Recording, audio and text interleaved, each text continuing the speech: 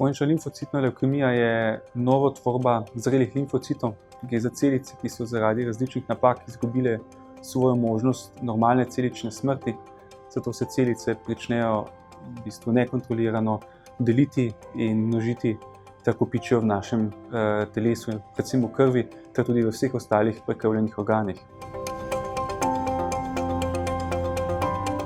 V današnjem času, ko v medicini delamo izjemno dosti preiskav, predvsem krvnih slik, bolezen večinoma ugotovimo naključno. Se pravi, ob rednem pregledu pri zdravniku vidimo predvsem levkocitozo, se pravi povečane bele krvne celice, predvsem na račun limfocitov, medtem ko so ostala krvna slika, se pravi hemoglobin, število trombocitov, še povsem normalno. To govorimo o tako imenovani začetni levkemiji, se pravi o tako imenovanem stadiju A. Ti bolniki na pričetku bolezni nimajo nikakršnih težav in šele kasneje lahko nastopijo. Redkeje danes ugotovimo bolezen takrat, ko imajo bolniki že težave. Imajo vročino, vročina je ponavadi več kot 38 stopinj, traja več kot 14 dni, zdravnik ne najde nobene okužbe.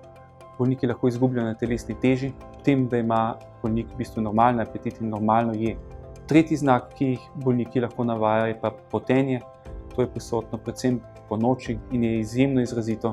Redkeje pa dobimo bolnike, ki imajo že znake pojedovanja kostnega mozga, se pravi nastopijo težave zaradi anemije, to je lahko zasoplast, utrujenost, težka sapa, ter znake zaradi nizkih trombocitov, to so pa lahko pikčaste krvavitve, ki jih sprva opazijo bodisi na nogah, lahko se pojavijo krvavitve iz nosu, iz dlesni, pri ženskah pa tudi močnejše menstrualne krvavitve.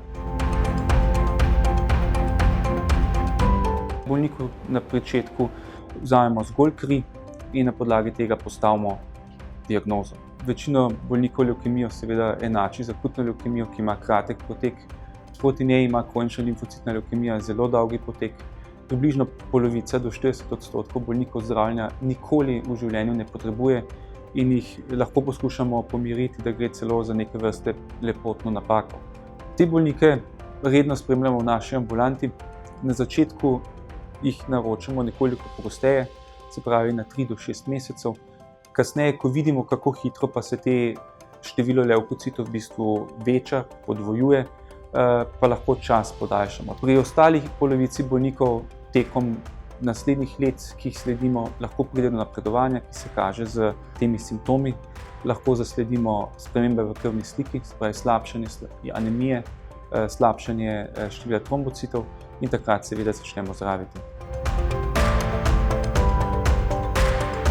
Za najbolj primerno zdravljenje se odločimo na podlagi dodatnih preiskav, ki dodatno biološko opredelijo naravo bolezni.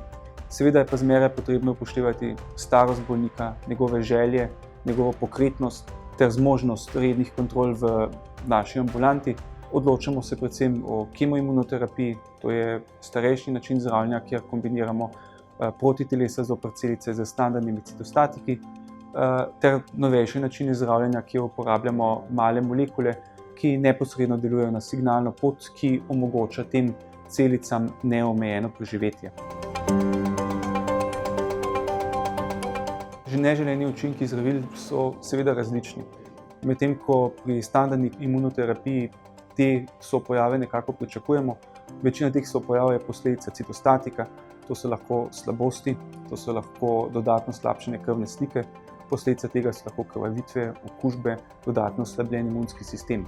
Bolnikom seveda ob zdravljenju omogočamo podporo, medtem ko pri novejših zdravilih so ti sopojavi nekoliko drugačni.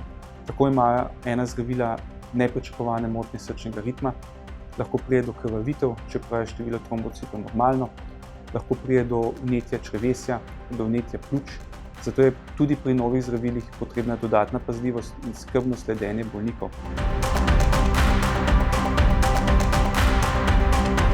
Tako največ, kaj lahko naredi bolnik, je, da skrbi za redno telesno aktivnost, da skrbi za pravilno in polno prehrano, pri čemer je lahko v pomoč tudi različna društva ter organizirana vadba in dietna pomoč. Kronična limfocitna levkemija, ne glede na samo besedo, je kronična bolezen. Bolniki pogosto brez ali z zdravljenjem živijo lahko dolgo časa, brez večjih sopojavov. Največjo obljubo dajejo tu nova zdravila, ki nam omogočajo zdravljenje bolnikov z čim manj sopojavi ter z vse večjimi uspehi.